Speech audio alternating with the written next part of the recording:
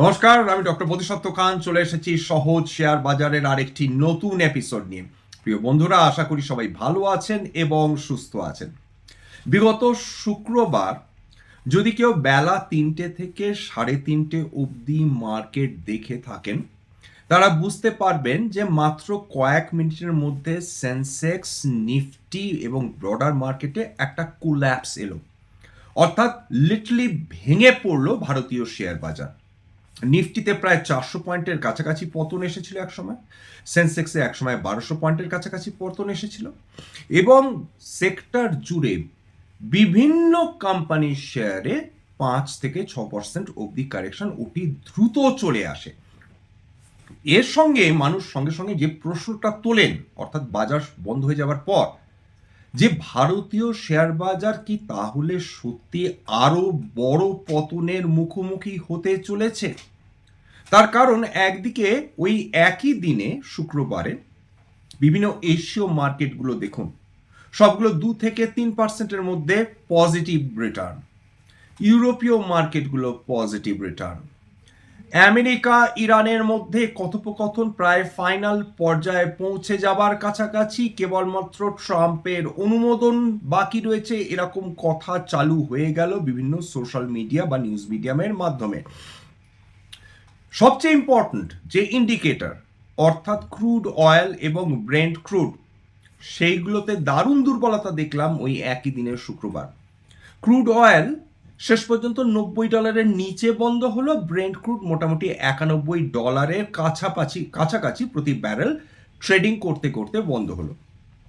যে ব্রেন্ট ক্রুড একসময় $120 প্রতি ব্যারেলে ট্রেড করছিল বলে গোটা বিশ্বে ত্রাস সৃষ্টি হয়েছিল, সেই দুটি মেজর ইন্ডাইসেস, অর্থাৎ অয়েল ইন্ডাইসেস, ক্রুড এবং ব্রেন্ট, দুটোই যদি $90 কাছাকাছি নেমে আসে, তাহলে সবচেয়ে বেশি সুখবর কোন দেশগুলোর জন্য?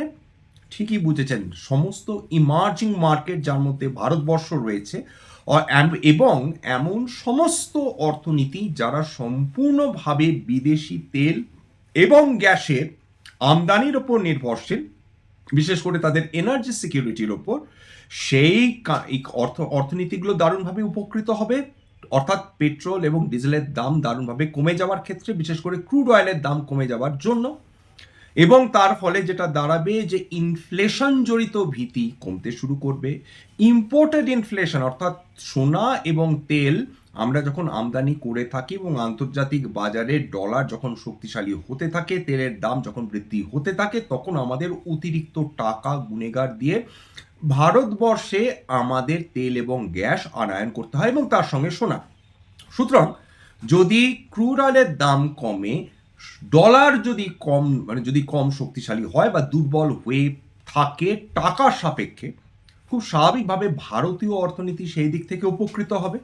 এবার খেয়াল করে দেখুন, যে ডলার 96 টাকার ওপর উঠে ট্রেড করছিল, সেটা আজকে নেমে এসেছে 94 টাকা 99 পয়সায়। অর্থাৎ ডলার দুর্বল হয়েছে বিগত কয়েকদিনে, টাকা শক্তিশালী হয়েছে। এর মধ্যে রিজার্ভ ব্যাংক অফ ইন্ডিয়া তারা বেশ কিছু ডলার বিক্রি করে দিয়েছে। এর সঙ্গে আরেকটা জিনিস আপনাদের অবশ্যই মনে করিয়ে দিতে চাই, টার্কির নাম নিশ্চয় বহু মানুষ শুনেছেন এবং জানেন যে টার্কি বিশ্বের যে ইমার্জিং ইকোনমিসগুলো রয়েছে তার মধ্যে অন্যতম শক্তিশালী অর্থনীতি। কিন্তু তার সঙ্গে এটা জানেন কি, যে টার্কির বিগত 10 বছরে তাদের টাকার ডলারের তুলনায় দ্বিগুণ পতন হয়েছে। অর্থাৎ ডলার তাদের কারেন্সি লিরার তুলনায় অনেক বেশি শক্তিশালী হয়ে গেছে। অর্থাৎ টাকা তার টার্কিশ যে লিরা, সেটা তার ভ্যালু দারুণভাবে লুজ করেছে ডলারের এগেনস্টে। টার্কির গভর্নমেন্ট কি করেছেন, তাদের কারেন্সিকে সেফগার্ড করার জন্য তারা ক্রমাগত প্রথমে ডলার বিক্রি করেছেন। যখন তাদের ফরেক্স রিজার্ভ, বিশেষ করে ডলার ডিপ্লিট হতে শুরু করেছে, কমে যেতে শুরু করেছে, যখন তারা বুঝতে পেরেছে যে ডলারের অভাবে তারা বিদেশ থেকে তেল এবং গ্যাস কোনোভাবেই কিনতে পারবে না, তখন তাদের কাছে মজুত করা সোনা তারা বিক্রি করতে শুরু করে দিয়েছে, যাতে তাদের কারেন্সি স্টেবিলাইজ করা সম্ভব হয়। যারা ভারতবর্ষের টাকার পতন নিয়ে গেল রব তুলছে, যাদের মনে হচ্ছে যে টাকার ডিভ্যালুয়েশন হলে ভারতীয় অর্থনীতি তছনছ হয়ে যাবে, শেষ হয়ে যাবে, সেটা কিন্তু নয়। তার কারণ ডলার অধিকাংশ যে বিদেশি কারেন্সিগুলো রয়েছে তার তুলনায় অনেক বেশি শক্তিশালী চিরকাল ছিল, বিশেষ করে অয়েল এম্বার্গোর পর থেকে যখন বিশেষ করে যে অয়েল ইন্ডেক্সগুলো রয়েছে সেইগুলো যখন ডলার ইন্ডেক্স হলো, তখন থেকে ডলার এতখানি শক্তিশালী হয়ে উঠলো বিশ্বের বিভিন্ন কারেন্সির তুলনায়, যে সেই জায়গাটায় কোনো কারেন্সি কিন্তু ডলারের সঙ্গে যুদ্ধে এঁটে উঠতে পারলো না। ঠিক এই কারণে আমরা ক্রমাগত কিন্তু আমাদের টাকার দুর্বলতা বিগত বহু বছর ধরে দেখে চলেছি। এটা কেবলমাত্র কেউ যদি বলেন বিগত 12 বছরের জন্য কারেন্সি দুর্বল হয়েছে, তা কিন্তু নয়। মনে রাখবেন, স্বাধীনতার ঠিক পরপরই প্রতি ডলার ট্রেড করতেও মাত্র 3 টাকায়।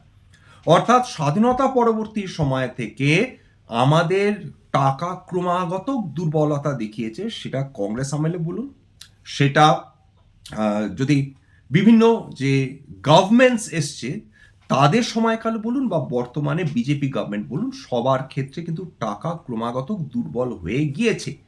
একটা জিনিস আমাদের মাথায় রাখতে হবে, যে টাকা যখন দুর্বল হয় আমরা ক্ষতিগ্রস্ত হই, তার মূল যে কারণ সেটা হচ্ছে আমরা মূলত আমদানি করে থাকি, অনেক কম রপ্তানি করে থাকি, যে কারণে বলা হয় আমাদের দেশ কারেন্ট অ্যাকাউন্ট ডেফিসিট দেশ।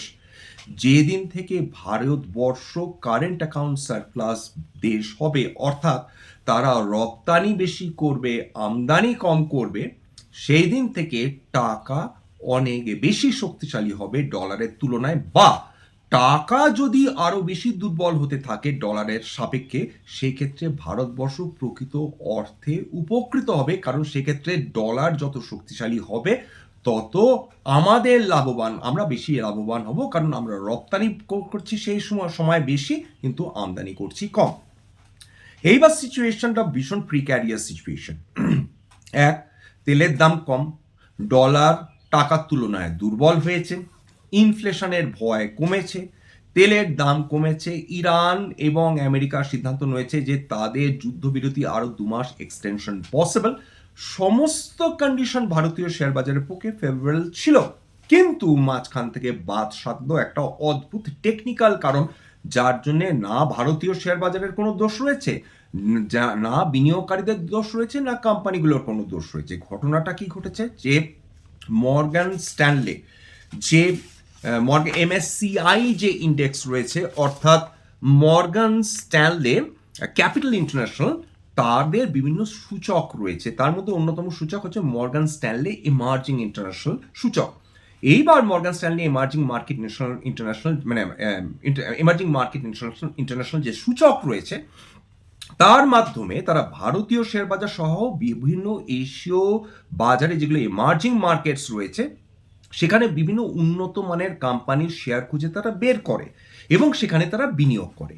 কখনো কখনো যখন তারা দেখে যে যে কোম্পানিগুলোতে তারা বিনিয়োগ করেছিল সেগুলো ইদার ওভার ভ্যালুড হয়ে গেছে বা তাদের ভবিষ্যতের পোটেনশিয়াল কমে গেছে, তখন এই মর্গান স্ট্যানলে কমার্শিয়াল ইন্টারন্যাশনাল তাদের বিশেষ করে ইমার্জিং মার্কেট যে ইন্ডেক্স রয়েছে সেখানে অন্তর্গত বিভিন্ন ভারতীয় শেয়ার বিক্রি করে দেয়, এবং তার উল্টো দিকে যে কোম্পানিগুলোকে তাদের সম্ভাবনা মনে হচ্ছে ঠিক সেই কোম্পানিগুলোর শেয়ার তারা কিনতে থাকে। শুক্রবার ছিল মে মাসের লাস্ট ট্রেডিং ডে, বেলা 3টের সময়। খেয়াল করে দেখুন, তার আগে বলে দিই, FII যদি ডেটা দেখেন, শুক্রবার 21,000 কোটি টাকার শেয়ার বিক্রি হয়েছে, 21,000 কোটি টাকা। এর সঙ্গে MSCI যে মর্গান স্ট্যানলে কমার্শিয়াল ইন্টারন্যাশনাল যে এমার্জিং মার্কেট ইন্ডেক্স রয়েছে, তার একটা ডাইরেক্ট সম্পর্ক রয়েছে, সেটা হচ্ছে রিজিগ হয়েছে, অর্থাৎ তাদের ইন্ডেক্সে পরিবর্তন হয়েছে, কিছু শেয়ার কেনা হয়েছে, কিছু শেয়ার বিক্রি করে দেয়া হয়েছে। এইবার এই যে MSCI এমার্জিং মার্কেট ইন্ডেক্স, তারা 4টি শেয়ার কিনেছে এবং 4টি শেয়ার বিক্রি করেছে, যার ফলে গোটা ভারতীয় শেয়ার বাজারে কোল্যাপস করেছে। কেন? তার কারণ তারা যে শেয়ারগুলো বিক্রি করেছে এবং যে পরিমাণ টাকার বিক্রি করেছে সেটা কিন্তু সাধারণ নয়, অর্থাৎ কয়েক বিলিয়ন ডলারের শেয়ারের কেনা বেচা হয়েছে। কোন কোন শেয়ার ওই দিন বিক্রি করে দেওয়া হয়েছে? এর মধ্যে রয়েছে ওয়ান্ডা ইন্ডিয়া, একটা লার্জ ক্যাপ শেয়ার, এছাড়া রয়েছে MCX, তাছাড়া আর যে দুটো কোম্পানি বিক্রি করা হয়েছে তার মধ্যে রয়েছে কল্যাণ জুয়েলার্স এবং রয়েছে জুবিল্যান্ট ফুড। অর্থাৎ এই 4টে কোম্পানির শেয়ার বিক্রি করে দেওয়া হয়েছে, এবং যেই মুহূর্তে বিক্রি করে দেওয়া হয়েছে কমপ্লিট কোল্যাপস চলে এসেছে, যে মাত্র কয়েক মিনিটের মধ্যে 10 মিনিটের মধ্যে সেন্সেক্সে পতন এসেছে 800 পয়েন্ট।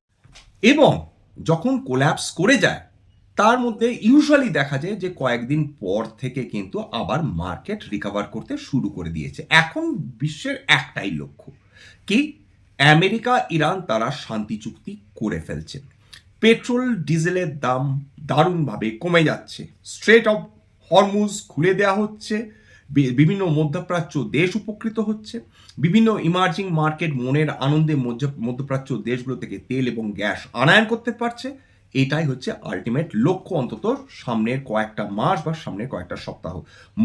মোটা কথা হচ্ছে এনার্জি সিকিউরিটির জন্য অয়েল এবং গ্যাসের দামকে স্টেবিলাইজ করতেই হবে, নতুবা সমস্ত ম্যানুফ্যাকচারিং বলুন বা সার্ভিসেস যে সেক্টরসগুলো বলুন সেগুলো সমস্তই কিন্তু বিপদের মধ্যে পড়বে। ক্রুড অয়েলের দাম বাড়লে ইনফ্লেশন অবধারিতভাবে আসবে, ইনফ্লেশন বাড়লে কিন্তু সমস্ত ফিনান্সিয়াল স্টকসগুলোর উপর দারুণ চাপ পড়বে, এবং বিশেষ করে যেগুলো সাইক্লিক্যাল স্টকস, সেটা রিয়েল এস্টেট হতে পারে, সেটা অটো হতে পারে, সেটা অটো অ্যান্সিলারিজ হতে পারে, এরাও কিন্তু চাপে পড়বে। এই কথাটা আমরা অগ্রাহ্য মোটেই করতে পারবো না। এখানে শেষ করছি। স্ট্যান্ডার্ড ডিসক্লোজার যে কোম্পানিসগুলো নিয়ে আলোচনা করলাম, হতে পারে তার মধ্যে কয়েকটা কোম্পানিতে আমার বা আমার পরিবারের ভেস্টেড ইন্টারেস্ট থাকলেও থাকতে পারে। ভবিষ্যতে আমরা যদি নতুন করে কিনি বা বিনিয়োগ করি, আগাম বিজ্ঞপ্তি দিয়ে কিনতে বা বিক্রি করতে পারবো না। স্ট্যান্ডার্ড ডিসক্লেমার, এটা কেবলমাত্র একটা এডুকেশনাল চ্যানেল। বাঙালি বিনিয়োগকারীদের ইনভেস্টর অ্যাওয়ারনেস বৃদ্ধির জন্য এখানে কোনো ধরনের কোনো শেয়ারে buy sell recommendation, suggestion, advice এমনকি ইনফ্লুয়েন্স করার প্রচেষ্টা নেই। আমার কথা শুনে যদি কোনো শেয়ারে বাই সেল সিদ্ধান্ত নেন, ক্ষতির মুখোমুখি হতে পারেন। সুতরাং সবসময় একজন সেবি রেজিস্টার্ড ইনভেস্টমেন্ট অ্যাডভাইসারের পরামর্শ নেওয়ার চেষ্টা করবেন বা নিজের ডিউ ডিলিজেন্স করবেন, সেক্ষেত্রে আপনারা উপকৃত হলেও হতে পারেন। সবশেষে যেটা বলি, যদি এই ধরনের এপিসোড আপনাদের ভালো লাগে, প্লিজ একটা লাইক দেবেন, প্লিজ সাবস্ক্রাইব করবেন, এবং যদি সত্যি মনে হয় আমার বাঙালি ভাই বোনদের জীবনে একটুখানি ভ্যালু অ্যাড করতে পেরেছি, নিজের গ্রুপে শেয়ার করে দেওয়ার চেষ্টা করবেন। আজকের জন্য নমস্কার।